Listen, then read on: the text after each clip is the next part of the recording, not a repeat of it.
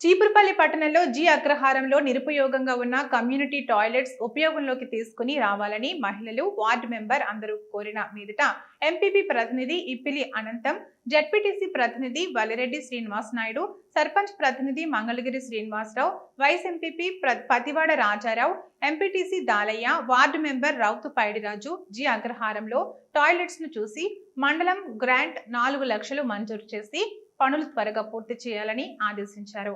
అలాగే అంగన్వాడీ బిల్డింగ్ అసంపూర్తిగా slab level వరకు కట్టి ఆగిపోయిందని నాయకుల దృష్టికి తీసుకువచ్చారు. దాన్ని కూడా జిల్లా పరిషత్ చైర్మన్ గారి దృష్టికి తీసుకుని వెళ్లి నిధులు మంజూరుకు కృషి చేస్తామని తెలిపారు.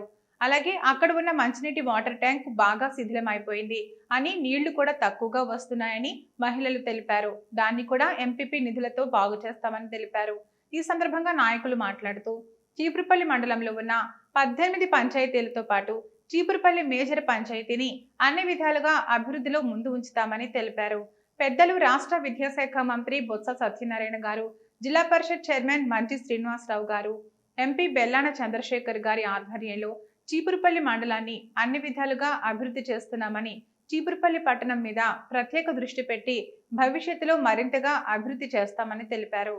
ప్రజలు సమస్యలు వార్డు మెంబర్స్ దృష్టికి కానీ, సర్పంచ్ ఎంపీటీసీల దృష్టికి మా దృష్టికి వచ్చిన సమస్యల పరిష్కారం కోసం కృషి చేస్తామని తెలిపారు.